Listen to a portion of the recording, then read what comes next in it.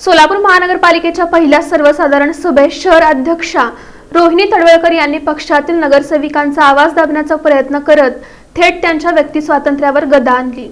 सोलापूर महानगरपालिकेच्या पहिल्याच सर्वसाधारण सभेत शुक्रवारी मोठा गोंधळ उडाल्याचे चित्र पाहायला मिळाले। ही सभा महापौर विनायक कोंड्याल यांच्या अध्यक्षतेखाली पार पडली।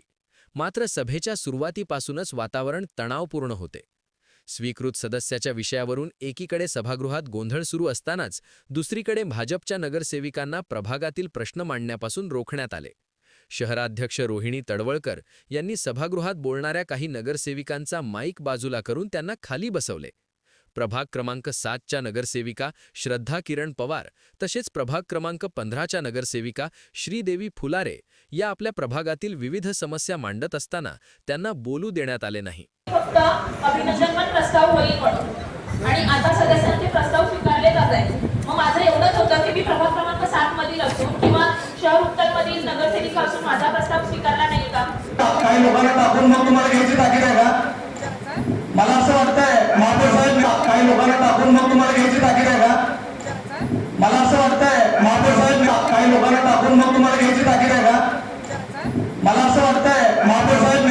यावर बोलताना श्रद्धा पवार यांनी जनतेने निवडून दिलेल्या लोकप्रतिनिधींना आपल्या प्रभागातील प्रश्न सभागृहात मांडण्याचा पूर्ण अधिकार आहे, त्या अधिकारावर गदा आणणे योग्य नाही असे मत व्यक्त केले।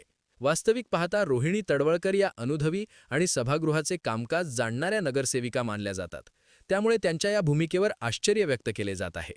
लोकप्रतिनिधींना बोलण्यास मनाई करणे म्हणजे त्यांच्या व्यक्तिस्वातंत्र्यावर गदा आणण्यासारखे आहे। तसेच ज्या प्रभागातील जनतेने त्यांना निवडून दिले त्या जनतेचाही हा अवमान असल्याची चर्चा राजकीय वर्तुळात सुरू झाली आहे। दरम्यान आणखी एका घटनेने वातावरण अधिक तापले। नगरसेविका श्रद्धा पवार बोलत असताना नगरसचिव प्रवीण दंतकाळे यांनी "मी तुम्हाला ओळखत नाही" असे वक्तव्य केले। सभागृहात उपस्थित असलेले लोकप्रतिनिधी बाकड्यावर बसलेले असताना असे वक्तव्य झाल्याने संताप व्यक्त करण्यात आला। या वक्तव्यावरून नगरसेवक अमोल शिंदे, चेतन नरोटे यांनी प्रवीण दंतकाळे यांना धारेवर धरले। सांगितले की फक्त अभिनंदन प्रस्ताव होईल म्हणून आणि आता सदस्यांचे प्रस्ताव स्वीकारले जात आहेत। मग माझं एवढंच होतं की मी प्रभाग क्रमांक 7 मधील असून किंवा शहर उत्तर मधील नगरसेविका असून माझा प्रस्ताव स्वीकारला नाही का?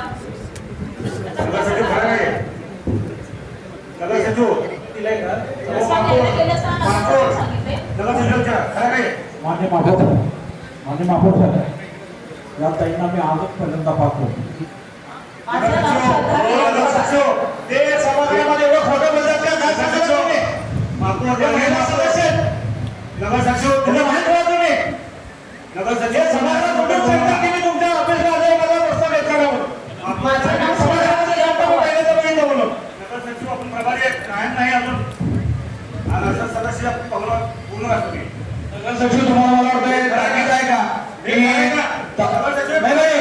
सभासद प्रस्ताव पहिला काही लोकांना टाकून मग तुम्हाला घ्यायची ताकीद आहे का?